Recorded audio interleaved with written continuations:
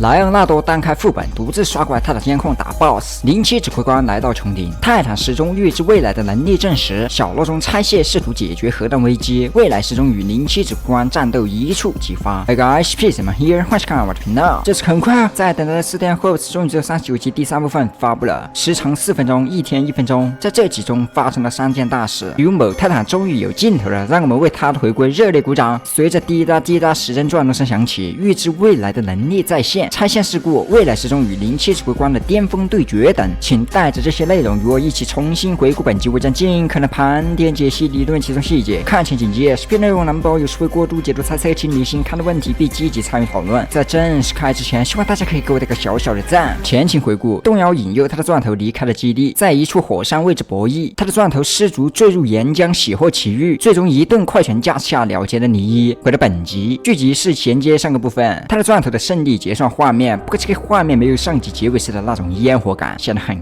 干净，没有真正的无缝衔接，看着是重置了一些东西，这样就不必渲染不必要的部分，从而节省一定的时间。在完成结算画面，他的钻头愣了片刻后，他好似恍然大悟一般飞到了空中，看方向应该是打算重新回到基地。画面转到基地，给到了莱昂纳多，也就是利昂的视角，他正在整理自己的武器，从视角左下方映射的蓝光可以得知，他依然还在泰坦监控的面前。在此前基地站打响，他便一直在负责拖延泰坦监控，一度在后面的几集中使得泰坦监控毫无存在感，不得不说他应该是拖延最好的一位，其他的编号级厕所以及老登都没有他一个人拖。此时有通讯声传来，从里面传来的女声来判应该是动八。他对于利昂接下来要做的事情十分的震惊，利昂打算与他的监控1v1 battle，打算单开 BOSS。虽然有着巨大的体型差距，但从他的口中还能得知利昂已经不是第一次与这样巨大体型的单位交手，这听起来很 crazy。体型在很大程度上也代表着实力，越大就可能越强，但这件事情发生在多元宇宙，且再联想到还有与之匹配体型的编号级厕所，就不觉得诧异了。他们同为编号级，除了体型差异大和各自有特殊能力外，实力肯定也同时在另一层面。那么他们互相间切磋便不无可能，亦或是仅是致敬。毕竟利昂确实不止一次对付这样的大家伙了。他从接厕所头上掉下来，随后正视前方，按 F 开始游戏。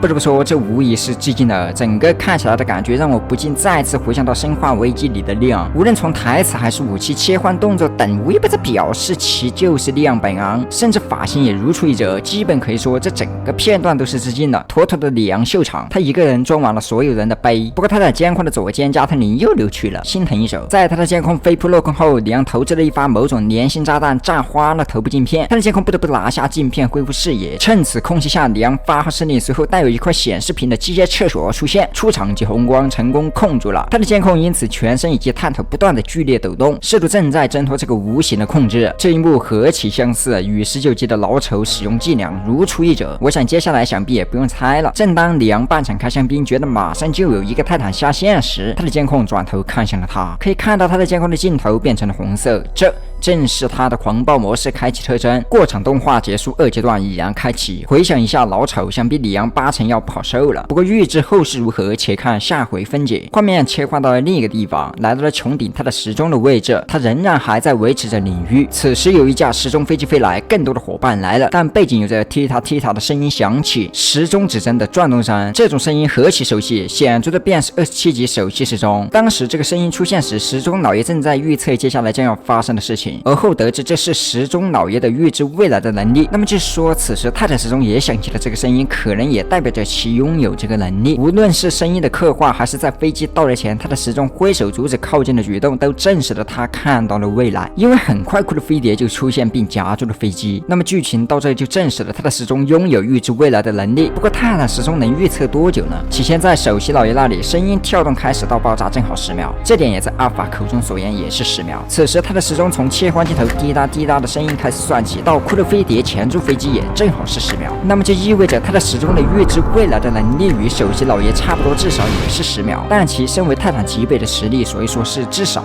不排除未来会有展示更长的可能，但这仅为猜测。库洛飞碟夹坏了飞机的螺旋桨，看到泰坦时钟一眼后，准备多此一举的当着泰坦时钟面来使用炮管来炮决。见状，泰坦时钟收起大手，恒星级意念驱使，背上6把飞笔飞出，片刻间缴械库洛飞碟救下时钟飞机。由于失去了螺旋桨，所以2把飞笔拖着下坠，防止坠机。细致确认无恙后，泰坦时钟变化手炮与飞笔双重打击库洛飞碟，但好像煞射没有。此时视角拉近，给到了驾驶员07指挥官的视角。此时提醒专家2刀的声音在脑边响起，其中的内容便是07指挥官在临行前2单手劝告的话语。有一种理论表示手机时钟可以预知未来，那么泰坦时钟可能也有。随着这个能力已经在刚刚我们理论了，但这就与我们解析一样，未经证实，都是理论猜测。所以07指挥官打算代表我们来试上一试，泰坦时钟是否具备预知未来的能力。他直接原地关火，随着引擎停止运转，库洛飞碟坠机了。这一幕对于我们来说还好，但对于泰坦时钟来讲就很奇怪，上一秒还在打，怎么就突然嘎过去了？所以他用飞笔尝试靠近接触，看到底是真实还是假使。虽然10分的高消，但隐约有种不好的感觉。转动声再次响了起来，显然他的时钟开启了预知未来的能力。随着他左顾右盼，紧接着他的时钟好似知道了什么，立刻开启了胸前能量护盾。下一幕，一个黑点从库洛飞碟底部洞口喷射而出，正好直接撞在了能量盾上反弹出去。这个黑点正是07指挥官，他拥有极致的速度，想要出其不意的攻击他的时钟，但他的时钟对于他的举动显然是了然于胸。而之所以是如此，因为他具备了预知未来的能力。07指挥官飞向了空中，他也得出了他的时钟能看到未来的结论，不然这样一个巨物很难在极致速度之下做出有效反应。这样的速度之下，纵使这些飞笔指着07指挥官也有恃无恐。随后他开始与他的时钟对话，对于极致速度和预知未来这番情景下，他们双方都拿对方没有任何的办法。此时飞机尾舱打开，看到飞机中的小队幸存，07指挥官觉得很奇怪，从他的口中还能得知对泰坦时钟如此镇定之作，他觉得有些说不通。按理说他的时钟应该想尽办法尽快加入泰坦大队攻击基地，不应该如此不慌不忙的。听到这句话后，泰坦时钟再次开启了预知未来的能力，显然是开始提防了。但07指挥官已然推理出了这样的表现的原因只有一个了，那就是有人正在拆除炸弹。随后他身体前倾，飞速飞往领域之内。虽然他的时钟预知了未来，匕首也在07飞行的同时跟上，但面对宛如苍蝇似的07指挥官，在凭借渺小的身躯和飞速移动下，他的时钟也无可奈何。最终钟声一响，似乎在提醒里面的小闹钟。场景转换来到了领域内，除了小闹钟外，其他任何物体都失去了色彩，这是趋近者的缘故。此时的小闹钟正在拆线，他找到了一双绿色的线，直接将其夹断。但随之出现的剧烈电流和冒烟，小闹钟仓促之下疯狂点击臂膀上的一切，只见白光一闪，没事了。这非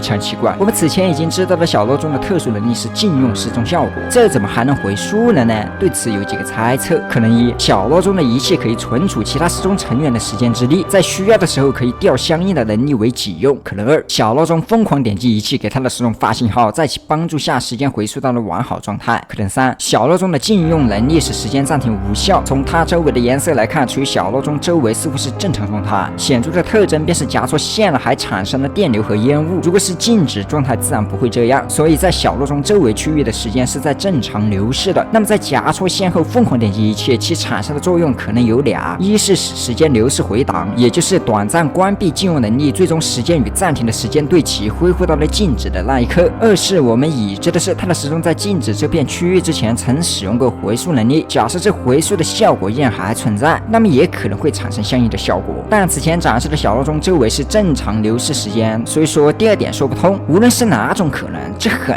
难猜测。总的来说，可能二和可能三第一点的概率大些。如果你有更好的想法，可以说说哟。由于剪错线的小闹钟举棋不定，该剪哪一条呢？正当他犹豫时，旁边的墙裂开了，07指挥官出现，但来到这的不只有他，还有未来时钟。不愧是集所有时钟力量为一体的未来时钟，它与小闹钟一样无视时间的桎梏，自身也带有颜色，且特效也没有影响。这应该与07指挥官不同，因为其周身依然是没有颜色的，它的力量足以他摆脱时间的影响。至此，两位绝世强者的大战将要拉开序幕，你更看好哪一边呢？或许他们的战斗将会发生在第10部分。好了，本期的视频内容到这了，如果你喜欢的话，记得不要忘记点赞关注哦。我是 Peaceman，我们下个视频再见。